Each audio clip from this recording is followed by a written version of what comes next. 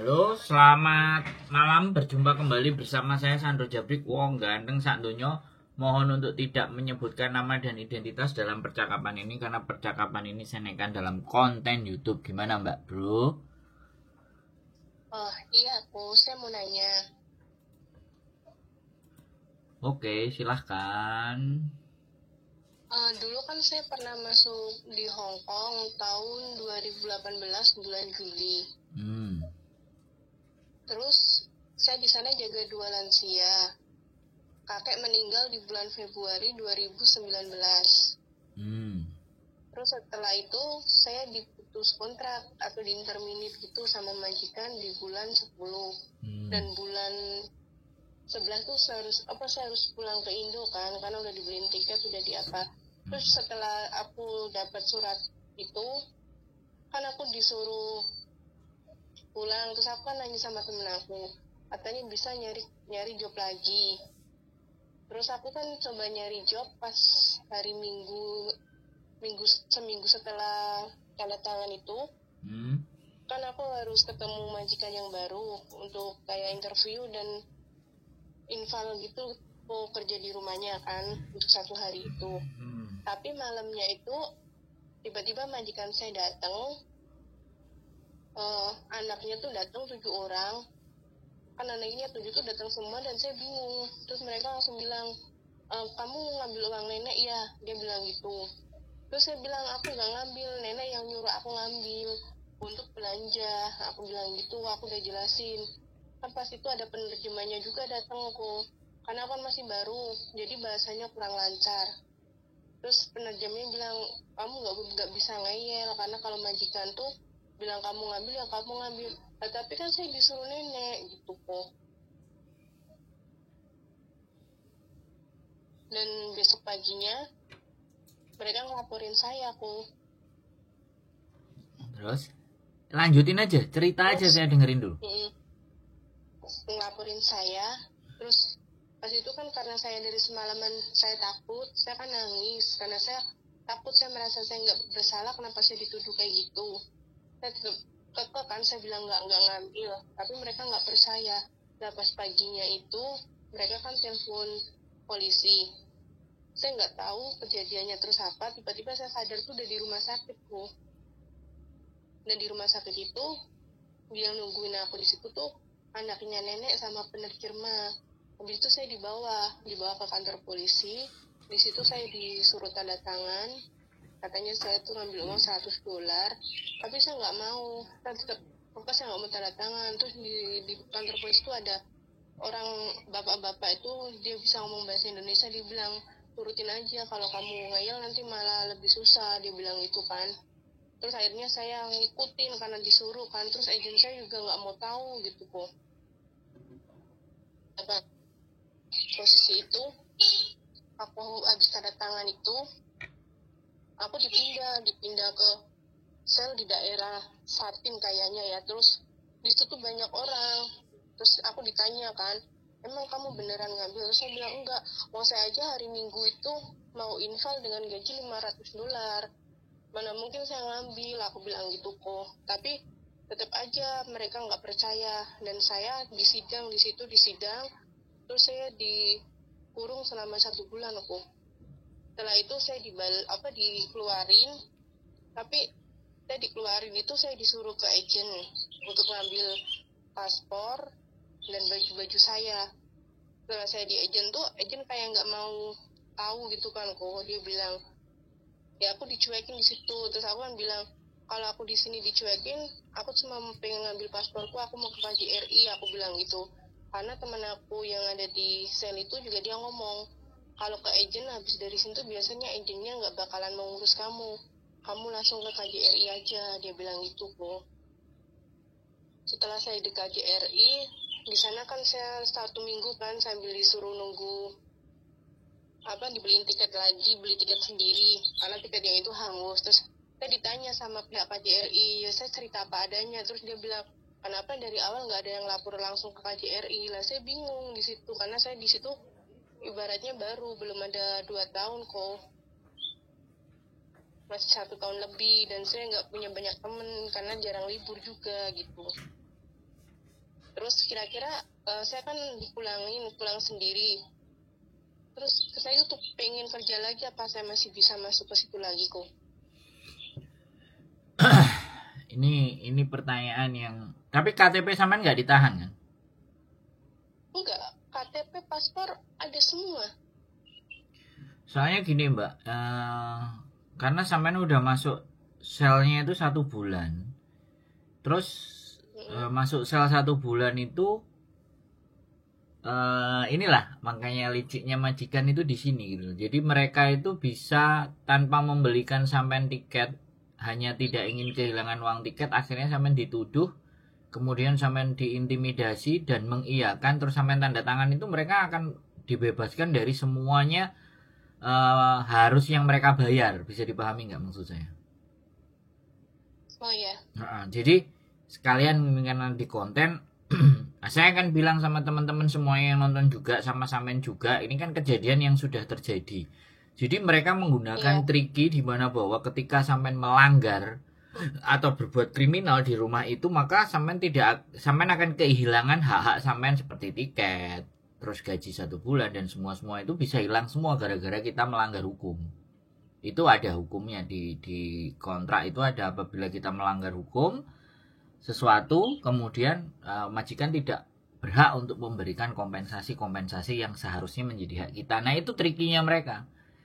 Harusnya ketika sampean di kantor polisi, saya memang nggak mencuri, kalau dikasusin ayo gitu. Habis itu kan otomatis dia pasti akan ditahan, dan apapun ceritanya laporan ya sampean tinggal telepon KJRI meminta bantuan dari pihak KJRI, dari kejaksaan dan ABCD bla bla bla bla, baru diurus. Tapi kembali lagi kejadian itu semuanya itu, kalau teman-teman dihadapkan di posisi yang seperti itu selalu akan ya udahlah, mau panfak lah. Nah, jadi tidak ada waktu dan ruang untuk berpikir. Nah pertanyaan, nah ya oke, ya sekali lagi ini kan pengalaman ya, makanya kan sampean mau cerita kayak gini sekalian akan saya ceritakan ke teman-teman yang nonton konten saya, bahwa kalau apapun dan tidak merasa ya langsung digas, ayo kita kasusin sekalian. Kalau perlu kita yang lapor duluan, jangan mereka yang duluan. Tapi mereka udah lapor duluan, it's okay. Nah ini kan kembali lagi ke pertanyaannya, bahwa sampean bisa proses lagi di Hong Kong nggak? Kalau sampean menceritakan kasusnya seperti ini ke setiap agent, pasti agent akan nolak.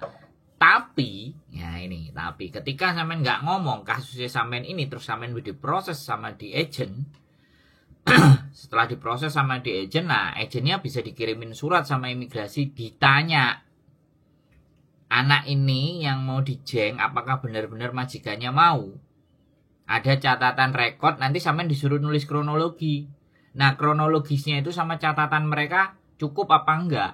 Nah saya yang enggak pasti ini adalah sampean ditahan dalam 1 bulan. Di ending dari kasus itu sampean harus pegang surat. Jadi sebenarnya sampean pulang pun sampean harus bawa surat bahwa sebenarnya apakah saya dinyatakan mencuri dan dipulangkan atau kasus ditutup. Bisa dipahami enggak? Ini yang enggak jelas sama saya. Ya. Dari KJRI, dari agent nggak ada surat apa-apa. Nah, ya sampean yang minta statusku ini gimana setelah aku ditahan 1 bulan ini terhadap kasus yang dituduhkan sama mereka itu, statusku sekarang bagaimana kalau aku bisa dipulangkan. Nah ini teman-teman semuanya pasti miss, maksudnya pasti terlewat persoalan ini. Di setiap peristiwa, di setiap case, di setiap semuanya itu harus sampean tahu ujungnya itu akhirnya status kita bagaimana. Boleh nggak saya ngomong kayak gitu? Boleh. Nah, ya kan saya nanya, ya kan kalau kita pakai logika kan, harusnya ketika sampean dipulangkan dengan biaya sendiri dan ABCD misalnya, sampean kan berhak bertanya sama mereka, terus statusku ini apa? Ada surat nggak, keterangan? Nantinya ke depan saya bisa proses lagi atau kasus kriminal ini yang menjadi ganjalan. Nah itu loh Mbak. Jadi di sini saya terus terang, kalau sampean bertanya apakah bisa dan tidak, jawaban saya tadi itu. Kalau sampean jujur, pasti agent semuanya nggak akan mau proses. Tapi ketika sampean tidak jujur, kemudian diproses, nah kemudian imigrasi ada catatan rekod polisi sama sampean kan terdata tuh. Nah, agentnya akan dikasih surat. Sampean tinggal nulis kronologis. Kronologisnya sama nggak? Kalau sampean nulis kronologisnya beda pun, itu bisa menjadikan alasan untuk direview, ditolak. Bisa sampean.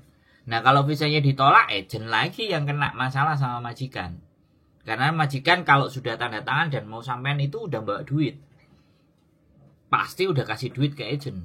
Nah, di situ persoalannya. Lah, ketika sampean bertanya ke saya masih bisa nggak lah?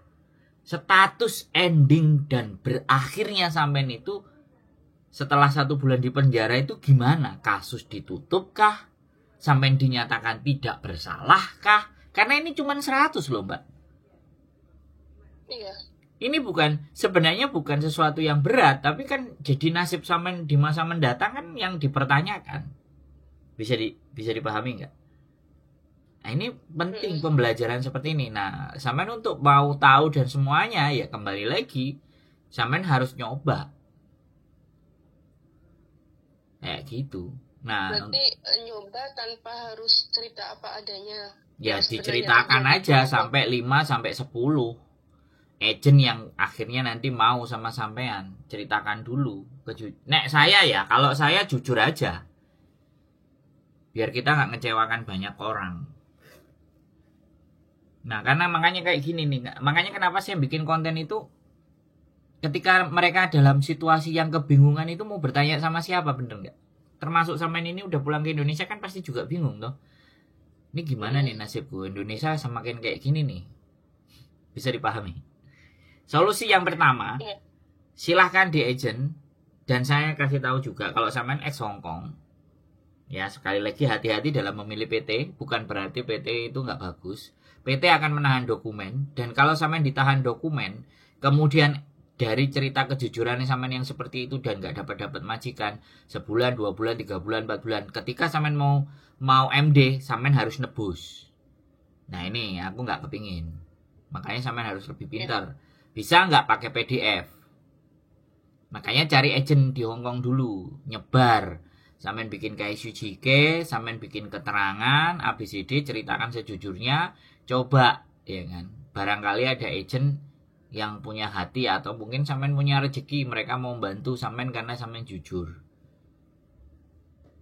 Karena kembali lagi si agent itu bukannya apa-apa. Orang Hongkong itu takut sekali kalau kita ngomong masalah penjara, Mbak. Terlepas itu benar atau salah atau benar. Makanya benar-benar harus, kalau memang kita benar ya kita berjuang harus benar. Jangan iya-iya aja. Aku nggak nyalain sampean sekali lagi, ya kan. Karena memang nggak ada siapa-siapa, ya kan. Nggak ada yang diajak omong, nggak ada yang diajak diskusi, terus sampean cuma ngomong sama temen, ya kan. Temen itu ya sebatas bagaimana sih, gitu kan ceritanya. Tapi ya satu hal prinsip, kalau sampean memang nggak melakukan ya digas, cuma 100 ya berani aja seharusnya. Kemarin, nah baru berkonsultasi. Nah, jadi saran saya ya sudah, silahkan diproses, ceritakan yang sebenar-benarnya, dan ingat kalau sudah nahan dokumen, dan itu biasanya PT-PT di Indonesia itu semuanya pasti begitu. Ya sebaiknya jangan cari PT, sebaiknya cari majikan dulu. Majikan itu tempatnya di mana ya? Di agent. Hubungi aja agent. Ya jangan 1, 2. Kalau bisa 10 agent, 11 agent, sebanyak-banyaknya agent sampean kirimi biodata sampean, video KSUJK sampean. Nah, nanti begitu mereka tanya-tanya, kamu gini. Waduh, pasti nanti kata-kata saya ini sampean akan membuktikan, wah ya wis, dipending, ada yang diulur, ada yang nggak dijawab, ada yang dibiarin pasti. Ya berarti kan sampean harus tahu sendiri kalau dibiarin, nggak di follow up, bla bla bla bla, itu artinya kan mereka nggak mau proses gitu. Bisa dipahami nggak? Iya. Terus solusi. Kemarin udah pernah nanya ke agent, terus mereka nanya apakah aku dapat surat, aku bilang aku nggak dapat surat. Aku bilang gitu, ya kalau nggak dapat surat kita bingung, bilangnya kayak gitu. Nah, kan sama seperti saya tadi. Status di endingnya kan kita nggak ngerti, bener nggak? Kalau ada surat itu kan, surat itu bisa kita baca. Akhirnya status sampean dikeluarkan itu dalam rangka dan endian akhirnya itu sampean dinyatakan sebagai apa? Agent pasti ragu semuanya. Nah, solusi yang berikutnya yang kedua ya silahkan ke Makau. Kalau sampean menguasai bahasa Kantonis atau bahasa Inggris ya silakan di Makau, atau bahasa Mandarin ya silakan di Makau. Kalau bahasa Mandarin silakan di Taiwan. Jadi kalau di Hong Kong rata-rata akan memberikan jawaban yang seperti itu karena absurd ya. Absurd itu sampean belum dinyatakan bersalah atau apa karena tidak ada kejelasan dari sampean pulang itu. Ini penting ini. Sampean telepon ini aku penting untuk bisa menjelaskan case yang seperti ini. Begitu ya. Kalau tapi sekarang aja kadang masih teringat-ingat kok. Kalau tidur suka masih gelisah dengan kejadian itu. Jadi gini Mbak. Jadi gini. Kalau sampean ngerasa bahwa itu adalah trauma yang membekas. Ya, sekali lagi ya. Trauma yang membekas, Oke, saya mau ngomong, tapi sampean kalau bisa nggak usah nangis dulu deh. Sorry ya, aku bukan nggak berempati. Tapi ketika sampean butuh masukan dan cerita, posisi sampean itu harus tenang. Jangan posisi masih dalam bentuk kesedihan. Bisa dipahami nggak? Karena kalau sampean sedih, saya ngomong apapun itu mental. Karena orang sedih itu hanya mau didengar. Orang sedih itu nggak mau mendengar apapun. Ya kan? Orang sedih itu pinginnya kadang-kadang cuma dihibur. Lah ini kan kita mau bicara solusi, Mbak. Bisa dipahami kan? Ya, jadi saya mohon dimaafkan, bukan saya kejam, bukan saya apa, tapi saya memposisikan bahwa kita itu berpikir untuk solusi di masa mendatang ini apa. Jadi situasi dan keadaan yang seperti ini tuh saya harus kayak gimana kan, seperti itu kan. Nah, makanya sekali lagi sampean boleh coba ke Makau atau ke Taiwan. Aku nggak ngerti sampean bisanya bahasa di apa. Tapi kalau sampean mau coba ke Hong Kong balik, ya mau nggak mau, sampean harus berjuang. Ya udah, katakan jujurnya ya sampai 5, 6, 7, 8, 9, 10 sampean silakan coba, jangan pernah bosan. Kalau nggak bisa ya ke Makau. Kalau ke Makau kan nggak perlu biaya. Kalau ke Makau hanya tiket aja. Cari majikannya, tinggal cari Facebook Makau Domestic Helper. Di situ udah banyak majikan. Kalau di Makau sampean nggak harus jujur. Catatan kriminal sampean kan nggak ada. Catatan kriminal sampean ya hanya di Hong Kong. Nah, baru lagi setelah selain di Makau di Taiwan ya kok. Ya, 2. Singapura juga boleh. Nah, itu nggak ada masalah. Nah, kalau sampean nanti sudah di Makau, kalau misalnya nih nanti dapat kerjaan di Makau, ya tinggal main aja coba ke Hong Kong.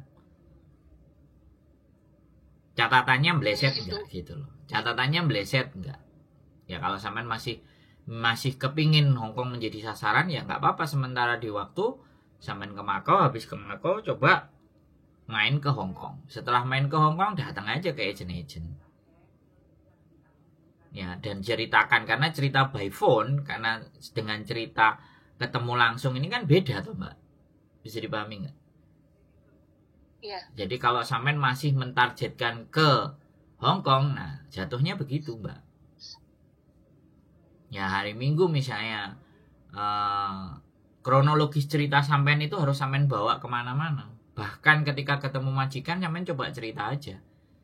Ya udah, mau nggak mau itu kejadian yang nggak bisa dihapus. Karena catatan, sekali lagi benar-benar ini yang harus teman-teman sangat paham, itu catatan ke polisi.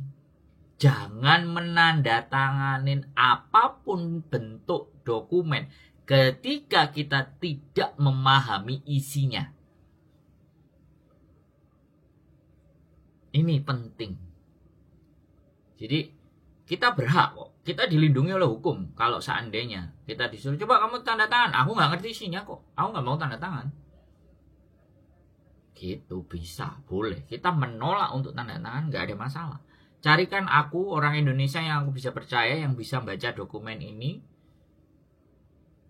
agar aku tanda tangani. Nah, termasuk orang tadi, nah, yang ketemu sama sampean, udah tanda tangan aja, itu juga komplotan dari mereka juga, menurut saya sih. Makanya di sini pentingnya kenapa saya bikin konten, biar nggak tersesat. Kalau kayak gini kan yang susah sampean loh Mbak. Iya. Yang merasa terugikan kan sampean. Dan saya nggak bisa mengulang masa waktu itu kan. Tapi selalu akan ada kesempatan. Singapura ada, ya, Makau ada, Taiwan ada, tergantung bahasanya sampean apa. Nanti Nah, setelah berikutnya itu baru. Tapi sekali lagi catatan di Hongkong itu nggak pernah akan hilang sih sebenarnya. Tapi makanya kan kalau seandainya sampai nanti kerjanya taruhnya di Makau, kemudian saya datang ke kantor polisi gitu kan. Sampean bisa bertanya, nama saya ini, KTP saya Makau ini, saya dulu pernah kasus. Nah, kalau tahu sampean kantor polisinya di mana, samperin. Kasus kejadian tanggal sekian, tahun sekian, pelaporan tanggal sekian, bla bla bla bla, atas nama itu sebenarnya statusnya saya dinyatakan sebagai apa. Nah, itu bisa sampean koreksi. Nah, ketika tidak ada catatan dan semuanya sampean minta surat. Nah, surat itulah penting sampean bawa agar supaya nanti ketika berproses lagi surat itu bisa menjadi landasan hukum atau penyelamat sampean. Bisa dipahami. Intinya enggak karena masa lalu yang itu akhirnya kita enggak bisa berjuang. Lah, yang terpenting kan itu. Masih ada celah. Ya kan? Kalau sampean ke Makau loh ya. Kalau sampean ya aku sekali lagi ya main ke Hongkong jadi turis kemudian datengin kantor polisinya kan dapat visa kan. Sebenarnya bisa dites itu nanti. Dapat visa diizinkan masuk dan enggak itu kan dari situ dia akan atau interview. Nah, itu saatnya sampean bertanya. Ketika di imigrasi ditahan ya ada catatan buruk misalnya kan. Di imigrasi buka nama nih sampean tek ternyata catatan buruk terus sampean di pinggirno kemudian sampean di interview. Ya kan pasti ada proses itu. Nah, disitulah saatnya menanyakan. Tapi sekali lagi kalau itu dari imigrasi dia tidak akan mengeluarkan surat apapun. Tapi kalau kantor polisi bisa. Kita bisa meminta. Tapi kalau imigrasi sangat tidak punya hak untuk mengeluarkan keterangan apapun. Tapi dia bisa membaca rekod kita. Imigrasi.